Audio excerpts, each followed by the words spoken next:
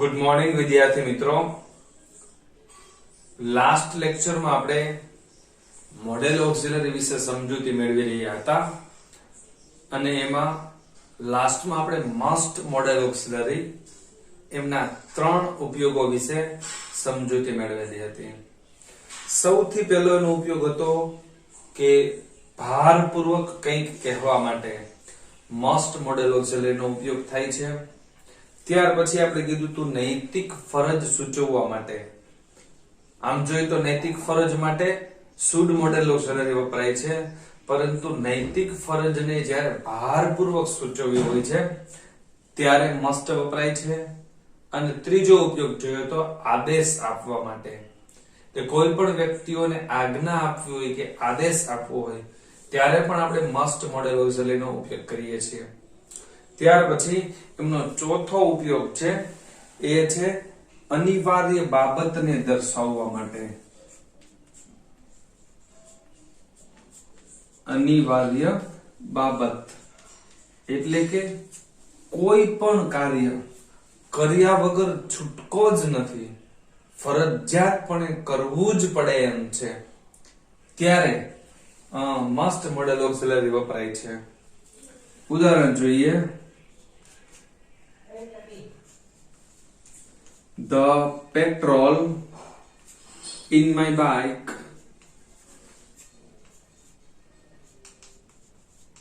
is run out. એટલે કે પૂર્ણ થઈ ગયું છે, કે મારી બાઇકમાં પેટ્રોલ ખલાસ થઈ ગયું છે. તો I must find it somewhere.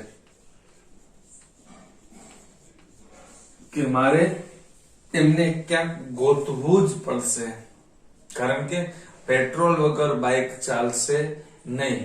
બાઇકમાં petrol થઈ ગયેલું છે એટલે ક્યાંકથી પેટ્રોલ ગોતવું જ પડશે. જો પેટ્રોલ નહીં મળે તો બાઇક શરૂ થશે નહીં. તો આ શું થઈ? અનિવાર્ય બાબતને દર્શાવવા માટે, કે એમના વગર ચાલે એમ જ નથી એવું દર્શાવવા માટે મસ્ટ મોડેલ ઓક્સિલરીનો ઉપયોગ થાય છે. તો મસ્ટ મોડેલ ઓક્સિલરીનો ચોથો ઉપયોગ થયો કે એ અનિવાર્ય બાબતને દર્શાવવા માટે વપરાય છે. ત્યાર પછી એમનો પાંચમો ઉપયોગ છે એ છે કોઈ દ્રઢ નિશ્ચયને દર્શાવવા માટે વપરાય છે. દ્રઢ નિશ્ચય દર્શાવવા માટે, કે કોઈ પણ ક્રિયા કરવાનો જ છું એવું દર્શાવવા માટે વપરાય છે, કે કોઈ પણ વ્યક્તિ કોઈ ક્રિયા કરશે જ એવું દર્શાવવા માટે વપરાય છે. દાખલા તરીકે I must reach મોરબી, કે મારે ફરજિયાતપણે મોરબી પહોંચવું પડે તેમ જ છે. તો અહીંયા દ્રઢ નિર્ણય બતાવો કે હું મોરબી પહોંચવાનો જ છું, એવો દ્રઢ નિશ્ચય દર્શાવવા માટે વપરાય છે. અથવા તો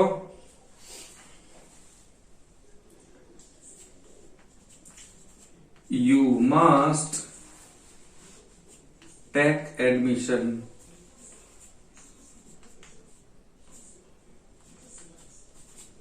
તમારે ફરજિયાતપણે એડમિશન લેવું જ પડશે. બિફોર 15 માર્ચ, કે 15 માર્ચ પહેલા તમારે એડમિશન લેવું જ પડશે. તો આ દ્રઢ નિશ્ચયને દર્શાવવા માટે વપરાય છે. ત્યાર પછીનો એમનો છઠ્ઠો ઉપયોગ છે, અને છઠ્ઠો ઉપયોગ ચલો છે એ છે મનાઈ દર્શાવવા માટે, જેને આપણે કહીએ પ્રોહિબિશન. એટલે કે મનાઈ, કે તમારે આમ ન જ કરવું જોઈએ, ફરજિયાતપણે કરવું જ જોઈએ, એવી રીતે ન જ કરવું જોઈએ, એમના માટે મસ્ટ વપરાય છે. દાખલા તરીકે we must not cut trees, કે આપણે વૃક્ષો ન જ કાપવા જોઈએ, ફરજિયાતપણે આમ ન જ કરવું જોઈએ, અથવા તો we must not consume animals, કે આપણે પ્રાણીઓને ન જ ખાવા જોઈએ. કન્ઝ્યુમ એટલે કે ખાવું, તો આપણે પ્રાણીઓને ન જ ખાવા જોઈએ. તો આ ફરજિયાતપણે કોઈ ક્રિયા ન જ કરવી જોઈએ એવી મનાઈ સૂચવવા માટે મસ્ટ મોડેલ ઓક્સિલરી વપરાય છે. તો આ થયા મોડેલ ઓક્સિલરીના મસ્ટ મોડેલ ઓક્સિલરી છે એમના 6 ઉપયોગ. સામાન્ય રીતે આપણે એટલી જ ખબર હોય છે કે મસ્ટ મોડેલ ઓક્સિલરી એટલે ફરજિયાત પણ સૂચવવા માટે વપરાય છે, પરંતુ એ અલગ અલગ પરિસ્થિતિમાં પણ વાપરી શકાય છે.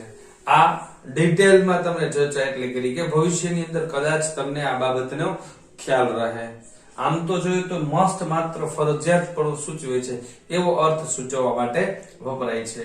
એટલે 10મા માટે આપણા માટે સૌથી વધુ અગત્યનું એ છે કે કોઈ પણ ફરજિયાતપણે ક્રિયા કરવી જ પડશે એવું સૂચવવા માટે મસ્ટ મોડેલ ઓક્સિલરી વપરાય છે.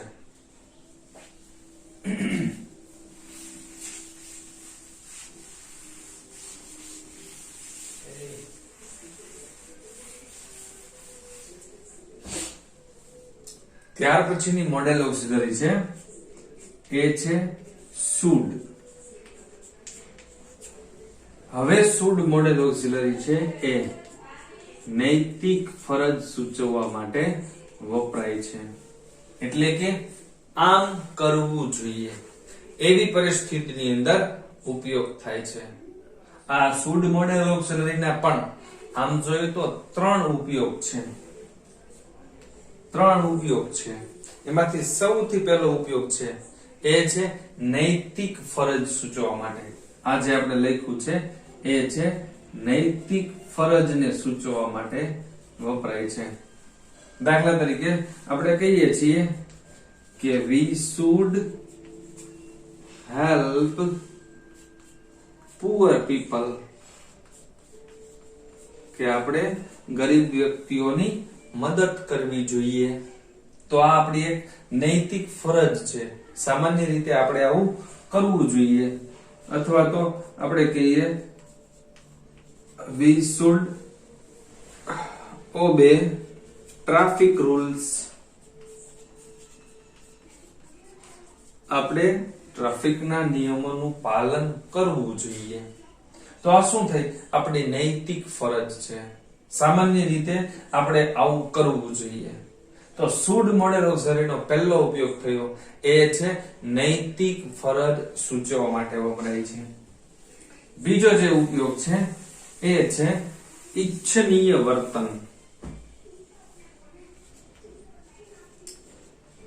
ઈચ્છનીય વર્તન એટલે કે જે યોગ્ય છે તે આપણે કરવું જોઈએ એવો અર્થ સૂચવવા માટે શુડ મોડેલ ઓક્સિલરીનો ઉપયોગ થાય છે. સામાન્ય રીતે અમુક વસ્તુઓ છે આપણા માટે યોગ્ય છે અથવા તો સમાજની દ્રષ્ટિએ યોગ્ય છે એ આપણે કરવા માટે વપરાય છે. દાખલા તરીકે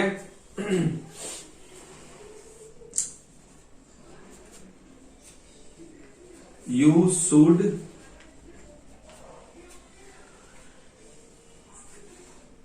take exercise regularly. તમારે નિયમિતપણે એક્સરસાઇઝ કરવી જોઈએ. તો આ ઈચ્છનીય વર્તન છે કે જો આવું કરશો તો તમારા માટે વધુ સારું રહેશે. તો આવું ઈચ્છનીય વર્તન દર્શાવવા માટે ઉપયોગ થાય છે. બીજું છે એક ઉદાહરણ જોઈએ.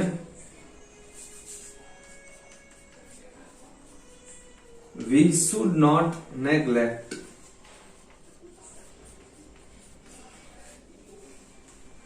neglect એટલે કે અવગણના કરવી. આપણે અવગણના કરવી જોઈએ નહીં our friends, કે આપણે આપણા મિત્રોની અવગણના કરવી જોઈએ નહીં. આ થયો એમનો બીજો ઉપયોગ.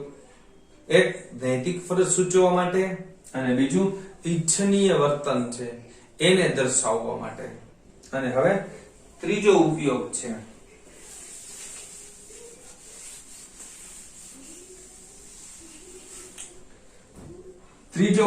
છે એ છે સલાહ આપવા માટે અથવા તો સલાહ માંગવા માટે.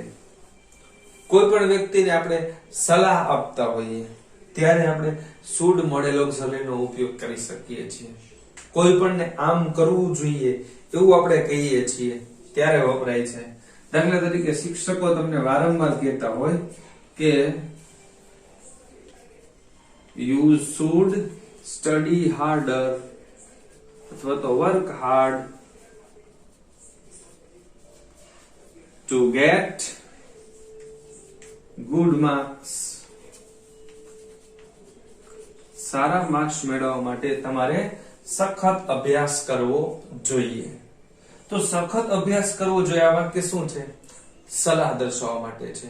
તો અહીંયા કોઈ વ્યક્તિએ બીજા વ્યક્તિને સલાહ આપી છે તો સલાહ આપવા માટે પણ વપરાય છે અને બીજું આપણે કીધું સલાહ માંગવા માટે પણ વાપરી શકાય છે. તો આપણે કોઈ પણ વ્યક્તિની સલાહ લેવી હોય ત્યારે શું કહેશું આપણે? ત્યારે કહીએ what should I do to improve my handwriting?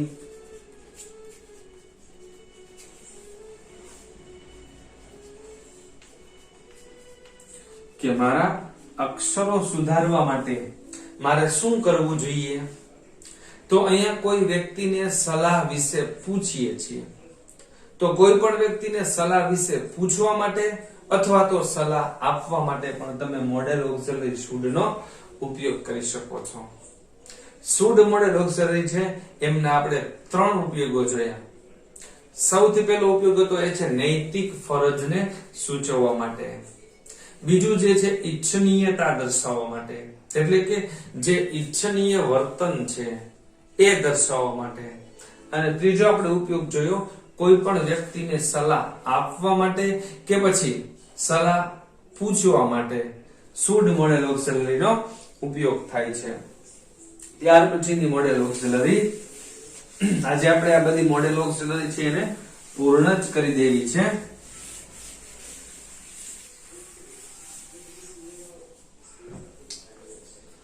ત્યાર પછીની મોડેલ ઓક્ઝિલરી છે એ છે could.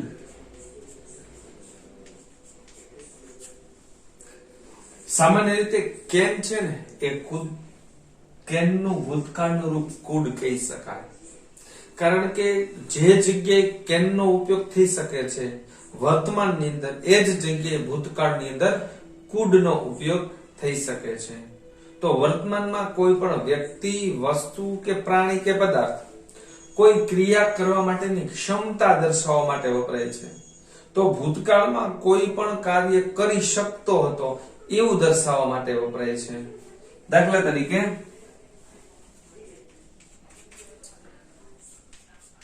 he could lift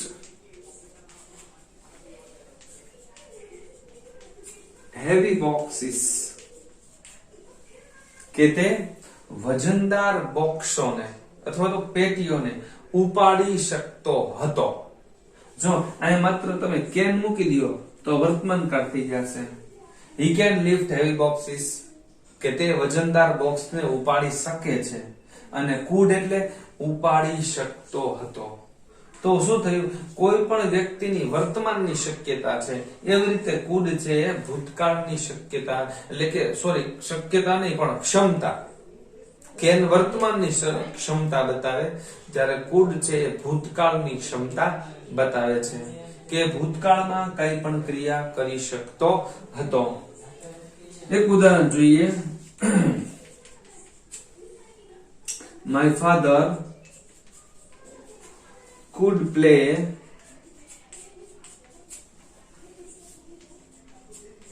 cricket very well in his school days.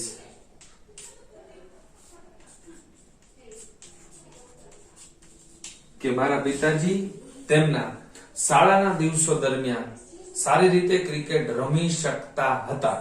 અત્યારે રમે છે નથી રમતા બીજા નંબરની વસ્તુ, પરંતુ ભૂતકાળમાં એ આવી ક્રિયા કરવા માટે સક્ષમ હતા એવું દર્શાવવા માટે કુડ મોડેલ ઓક્સિલરી વપરાય છે. તો સામાન્ય રીતે જોઈએ તો કેન નું ભૂતકાળનું રૂપ એટલે કુડ. તો એક ઉપયોગ થયો કે ભૂતકાળની ક્ષમતા દર્શાવવા માટે વપરાય છે. અને બીજો ઉપયોગ છે એ છે કોઈ પણ વ્યક્તિને વિનંતી સૂચવવા માટે, વિનંતી સૂચવવા માટે વપરાય છે. બીજો એનો ઉપયોગ છે એ છે વિનંતી સૂચવવા માટે. જેવી રીતે કેન પણ વિનંતી સૂચવવા માટે વપરાય છે. દાખલા તરીકે આપણે કહીએ છીએ could you lend me 5,000 rupees 5,000 rupees for a month. કે શું તમે મને એક મહિના માટે પૈસા આપશો ખરા? તો લેન્ડ એટલે ઉછીનું આપવું. શું તમે મને એક મહિના પૂરતા 5,000 રૂપિયા ઉછીને આપશો? તો અહીંયા રિક્વેસ્ટ સૂચવવાનો, અહીંયા વિનંતીનો ભાવ આવેલો છે કે કોઈ પણ વ્યક્તિને તમે વિનંતી કરો છો તો તમે મને 5,000 રૂપિયા આપશો. અહીંયા પ્લીઝ શબ્દ ઉમેરેલો નથી, આપણે ઉમેરી શકાય કે could you please lend me, એમ પણ કહી શકાય કે કૃપા કરીને તમે મને 5,000 રૂપિયા આપશો. અથવા તો ત્યાર પછી અથવા કોઈ પણ વ્યક્તિ મળે છે એને આપણે કહેશું could you tell me the time, શું તમે મને સમય જણાવશો કેટલા વાગ્યા છે? અથવા તો could you help me, તમે મને મદદ કરી શકશો? તો કોઈ પણ વ્યક્તિને વિનંતી સૂચવવા માટે પણ could વાપરી શકાય છે. તો could મોડેલ ઓક્સિલરીના બે ઉપયોગ, એક એ ભૂતકાળની ક્ષમતા દર્શાવે છે અને બીજું વિનંતી સૂચવવા માટે પણ વાપરી શકાય છે. ત્યાર પછીની જે મોડેલ ઓક્સિલરી છે એ છે વુડ મોડેલ ઓક્સિલરી.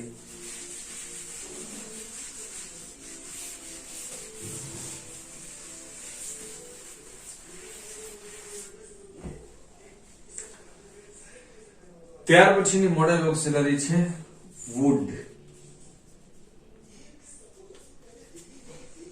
હવે સામાન્ય રીતે વુડ મોડેલ ઓક્સિલરી છે ને એ પહેલો એનો ઉપયોગ છે એ છે ભૂતકાળની અંદર વપરાય છે.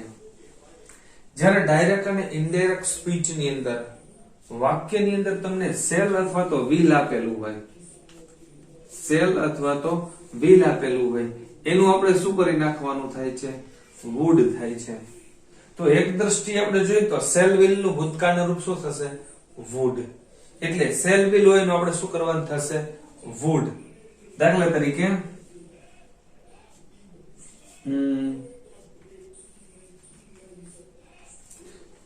કવિતા said to me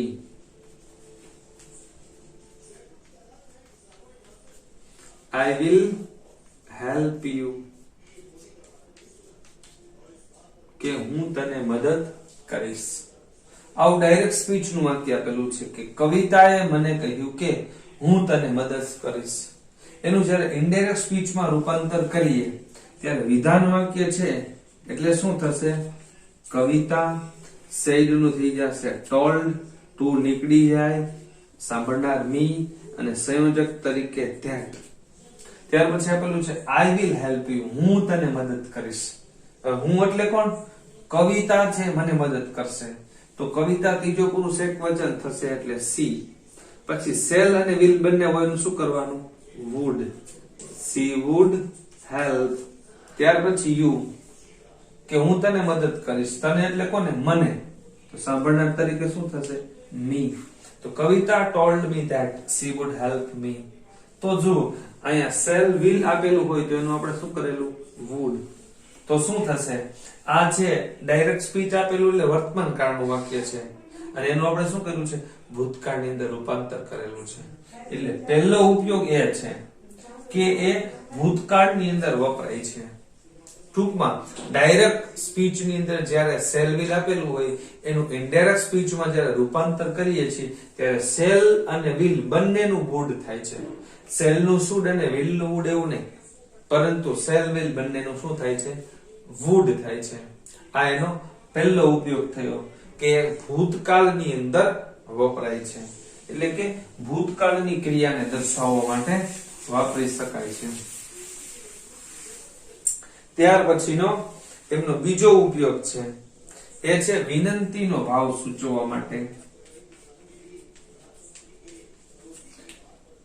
હવે કેન પણ વિનંતી માટે વપરાય છે, કુડ પણ વિનંતી માટે વપરાય છે અને વુડ પણ વિનંતી માટે વાપરી શકાય છે. પણ બધા જ ક્યાં વપરાય છે, વાક્યની શરૂઆતમાં આપણે કહીએ છીએ would you please switch off the fan, switch off the fan, કૃપા કરીને તમે પંખો બંધ કરી દેશો. તો સામેવાળા વ્યક્તિને વિનંતી સૂચવવા માટે આ વુડ મોડેલ ઓક્ઝિલરીનો ઉપયોગ થયો છે. તો સામાન્ય રીતે કોઈને વિનંતી સૂચવવા માટે વાપરી શકાય છે. અને ત્યાર પછી ત્રીજો ઉપયોગ છે એ છે કોઈ પણ વ્યક્તિની પસંદગી સૂચવવા માટે વાપરી શકાય છે.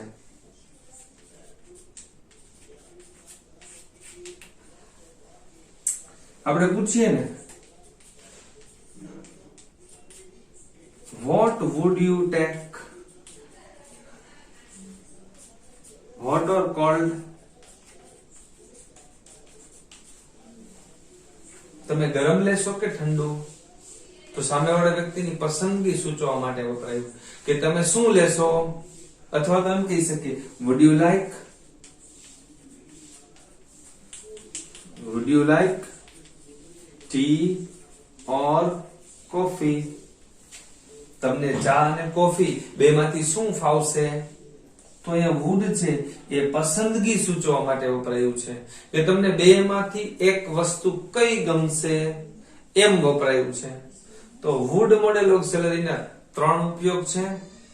એક તો એ ડાયરેક્ટ અને ઇનડાયરેક્ટ સ્પીચમાં જે શેલ વિલ આપે છે એનું વુડ થાય છે, એટલે કે ભૂતકાળમાં વપરાય છે. બીજો ઉપયોગ છે વિનંતી સૂચવવા માટે વાપરી શકાય છે. અને એનો ત્રીજો ઉપયોગ છે પસંદગી સૂચવવા માટે વપરાય છે. ત્યાર પછી છેલ્લું આપણી મોડેલ ઓક્ઝિલરી છે અને એ છે have to.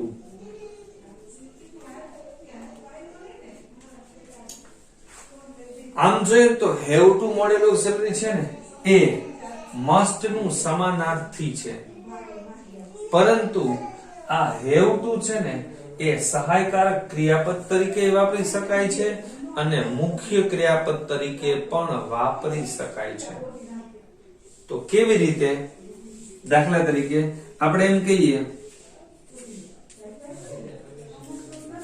I must earn more money to buy a new house.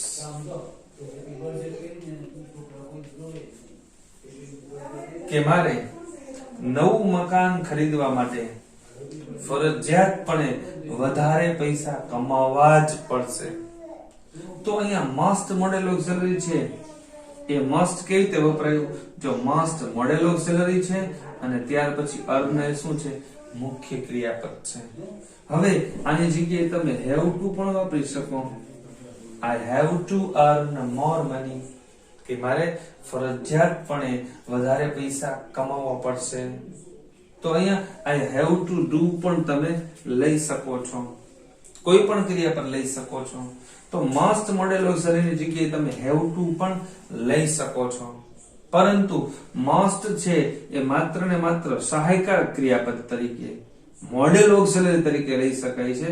જ્યારે have to, જ્યારે આપણે સાદો વર્તમાન કાળની ટુ હેવ વાળી વાક્ય રચના શીખતા હતા ત્યારે આપણે કીધું હતું કે હેવ છે મુખ્ય ક્રિયાપદ તરીકે પણ વાપરી શકાય છે અને સહાયકારક ક્રિયાપદ તરીકે પણ વાપરી શકાય છે. તો આ હેવ મોડેલ ઓક્સિલરી છે એ આમ જોઈએ ને તો મસ્ટ ની સમાનાર્થી જ છે, પરંતુ થશે કેવું કે જો અહીંયા ત્રીજો પુરુષ એકવચન હોય તો હેવ ટુ ની જગ્યાએ શું આવશે? Has to. he has to earn. અને જો કદાચ એ વાક્ય ભૂતકાળનું હોય તો એમ કહી શકીએ કે he had to earn, કે તેને ભૂતકાળમાં કમાવવા પડે તેમ જ હતા. તો જો વર્તમાન કાળ હોય ત્યારે have to અથવા તો has to. ત્રીજો પુરુષ એકવચન સાથે has to અને બાકીના બધાય સાથે have to વપરાય છે.